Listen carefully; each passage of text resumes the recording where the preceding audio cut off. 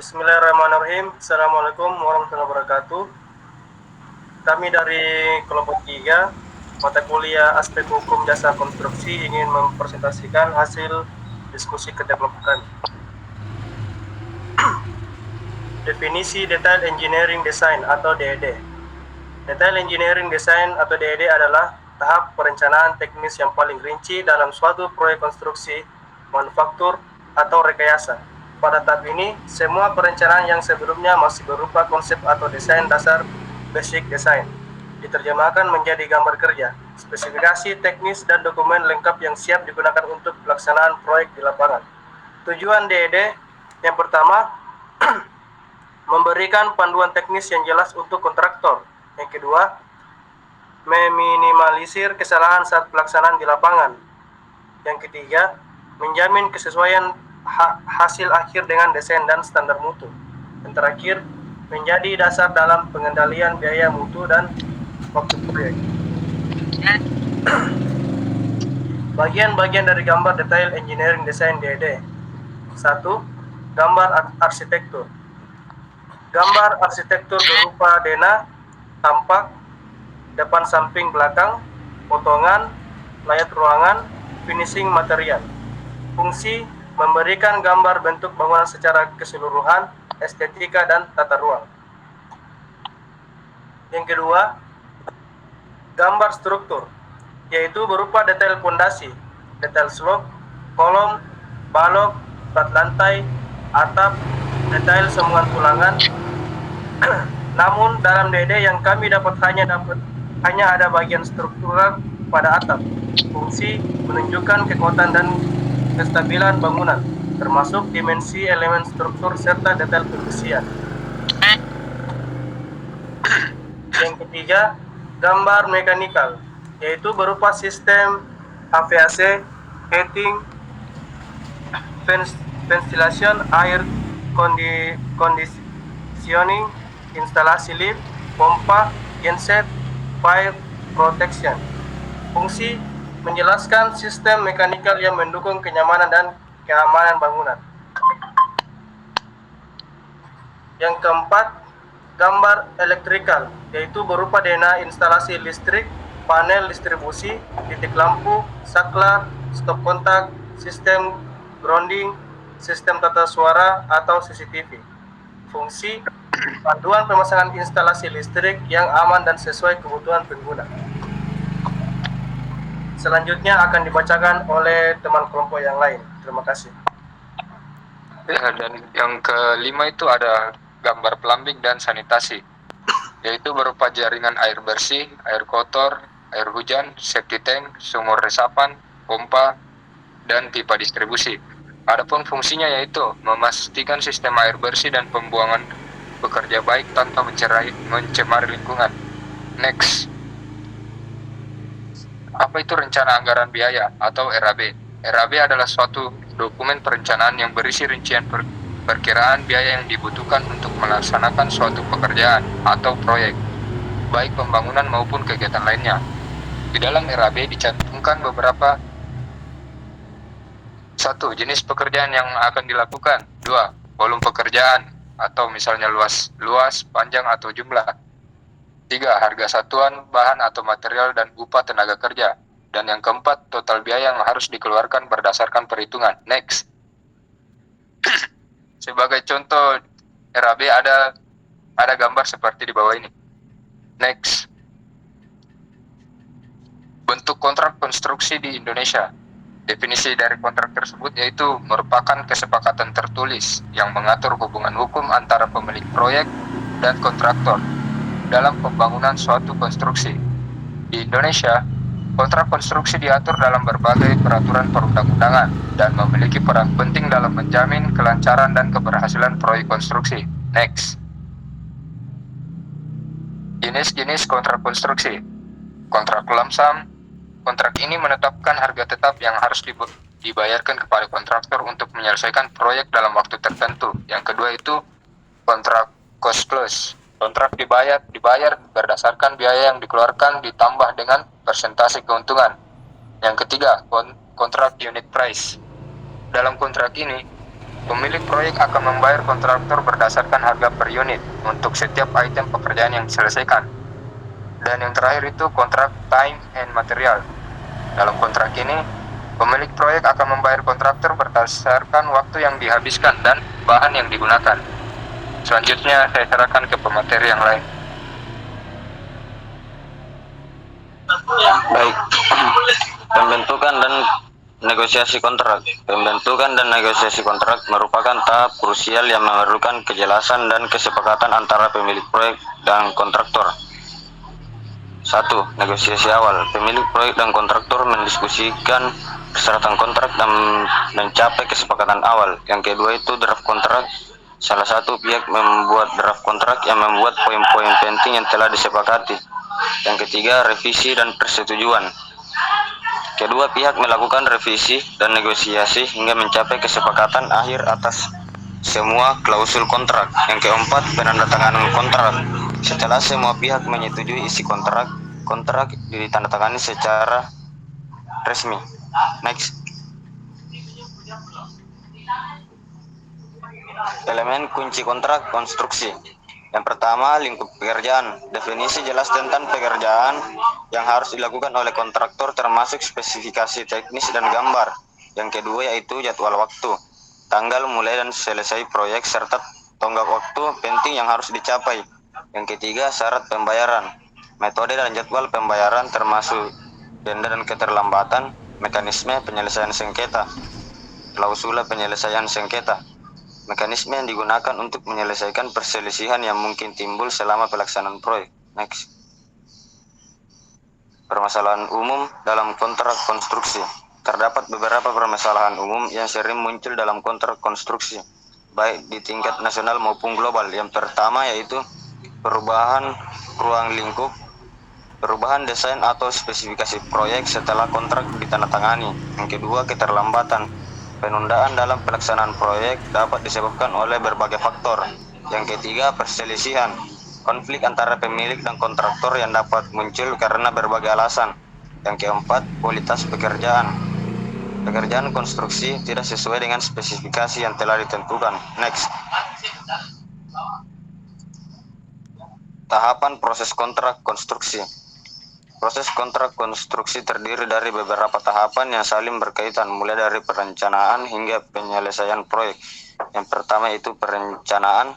Tahap awal termasuk desain, penganggaran, dan pengadaan lahan. Yang kedua yaitu tender, proses seleksi kontraktor yang memenuhi kualifikasi untuk mengajukan proyek. Yang ketiga yaitu penandatanganan kontrak, penandatanganan perjanjian tertulis antara pemilik dan kontraktor. Yang keempat yaitu pelaksanaan proses pembangunan proyek sesuai dengan rencana yang telah disepakati. Yang kelima yaitu penyelesaian penyerahan proyek kepada pemilik setelah selesai dibangun dan diuji. Selanjutnya saya akan berikan ke teman kelompok saya.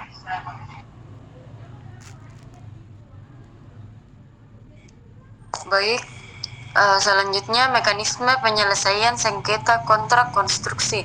Yang pertama yaitu negosiasi. Negosiasi yaitu usaha bersama untuk menyelesaikan sengketa melalui pembicaraan dan kesepakatan. Dan yang kedua, mediasi atau penyelesaian sengketa dengan bantuan mediator independen. Yang ketiga, arbitrase, yaitu penyelesaian sengketa dengan keputusan yang mengikat dari arbiter. Yang keempat yaitu litigasi atau proses penyelesaian sengketa melalui pengadilan yang melibatkan pembuktian hukum dan putusan hakim. Next. Selanjutnya, aspek hukum dan regulasi kontrak konstruksi. Pada Undang-Undang Nomor 2 Tahun 2017 yang mengatur tentang jasa konstruksi, penyelenggaraan jasa konstruksi di Indonesia, dan Peraturan Pemerintah Nomor 28 Tahun 2000 PP tentang penyelesaian sengketa konstruksi atau yang mengatur cara penyelesaian sengketa dalam kontrak konstruksi. Yang ketiga, keputusan Menteri Pekerjaan Umum yaitu tentang pedoman penyusunan kontrak konstruksi, memberikan panduan bagi para pihak dalam menyusun kontrak konstruksi. Next.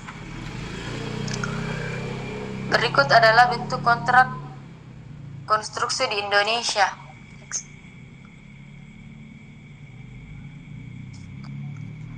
Bentuk kontrak konstruksi di Indonesia adalah kesepakatan formal antara pemilik proyek dan penyedia jasa konstruksi yang mengatur semua aspek terkait pelaksanaan proyek. Ini mencakup ruang lingkup pekerjaan, harga, metode pembayaran, jadwal, dan standar kualitas. Kontrak ini dirancang untuk melindungi hak dan kewajiban masing-masing pihak, serta memberikan pedoman dalam menyelesaikan sengketa jika terjadi perselisihan. Bentuk kontrak dapat bervariasi, termasuk kontrak lump sum, unit price, dan kontrak cost plus. Kontrak jangka waktu tergantung pada karakteristik proyek dan risiko yang terlibat. Selanjutnya akan dilanjutkan oleh teman kelompok saya. Terima kasih atas kesempatannya. Jenis-jenis kontrak langsung, pembayaran berdasarkan harga tetap untuk seluruh proyek, cocok untuk proyek dengan ruang lingkup yang jelas dan terdefinisi dengan baik. Yang kedua, kontrak jangka waktu, pembayaran berdasarkan waktu yang dihabiskan dan biaya yang dikeluarkan. Biasanya digunakan ketika ruang lingkup pekerjaan tidak sepenuhnya dapat diprediksi. Next, rumusan masalah. Kontrak unit price, yaitu pembayaran berdasarkan unit pekerjaan yang telah disepakati.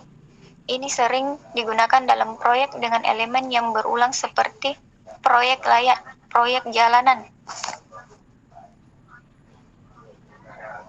Yang kedua, kontrak cost plus, yaitu pembayaran untuk biaya proyek ditambah dengan persentase tertentu sebagai keuntungan, berguna ketika biaya tidak dapat diprediksi. Next, praktik terbaik. Yang pertama, transparansi, yaitu menjamin kejelasan dan pemahaman antara semua pihak. Yang kedua, negosiasi yang baik, yaitu menciptakan kesepakatan yang saling menguntungkan.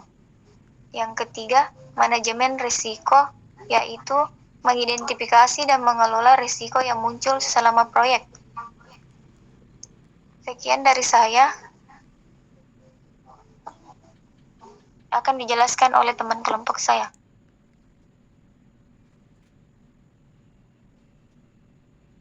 Selanjutnya, kontrak ini mencakup berbagai aspek. Yang pertama, menjelaskan jenis dan lingkup pekerjaan yang akan dilakukan. Yang kedua, harga dan pembayaran.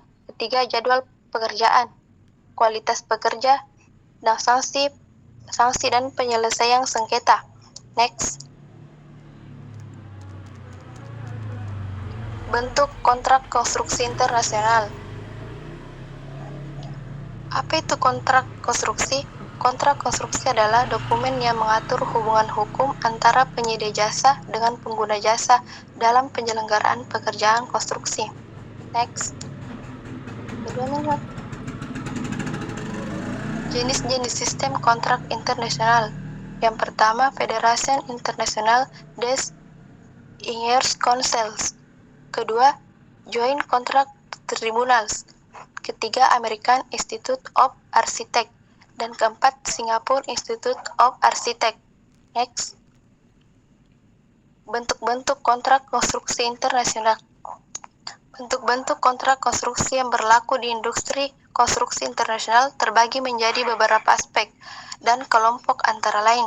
Sebagian besar proyek konstruksi melibatkan owner, desainer, dan kontraktor. Next. Berdasarkan hubungan pihak yang terlibat. Yang pertama, metode kontrak umum. Pada metode kontrak umum, hubungan kontrak bersifat vertikal langsung antara owner dengan general kontraktor. Metode kontrak terpisah. Pada metode ini, owner melakukan hubungan kontraktual langsung dengan kontraktor spesialis untuk melaksanakan pekerjaan proyek. Metode kontrak swakelola atau perseakun.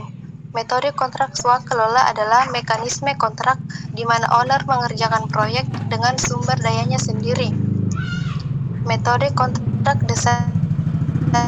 Pada metode kontrak desain konstruk yang juga disebut metode kontrak desain will atau metode kontrak Turki, owner mengadakan hubungan kontrak tunggal untuk pekerjaan desain dan konstruksi proyek. Metode kontrak manajemen konstruksi profesional. Pada metode kontrak manajemen konstruksi profesional, owner mengadakan kontrak dengan pihak manajemen konstruksi profesional.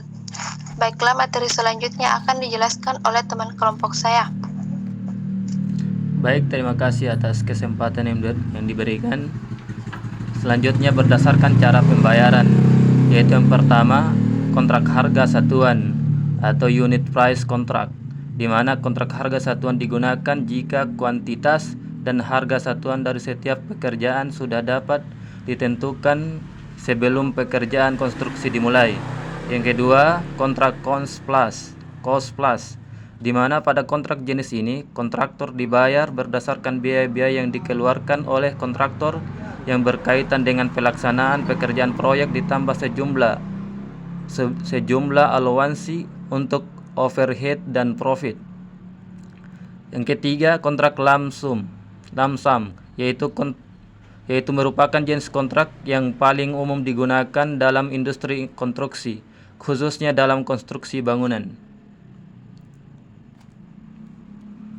Selanjutnya, jenis lainnya dari bentuk kontrak konstruksi internasional yaitu yang pertama aspek perhitungan biaya, yang kedua aspek perhitungan jasa, yang ketiga aspek pembayaran, dan yang keempat aspek pembagian tugas.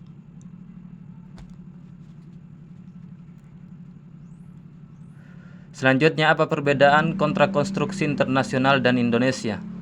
Perbedaan utama antara kontrak konstruksi internasional dan Indonesia biasanya terletak pada hukum yang mengaturnya, terminologi yang digunakan, serta ketentuan mengenai penyelesaian sengketa.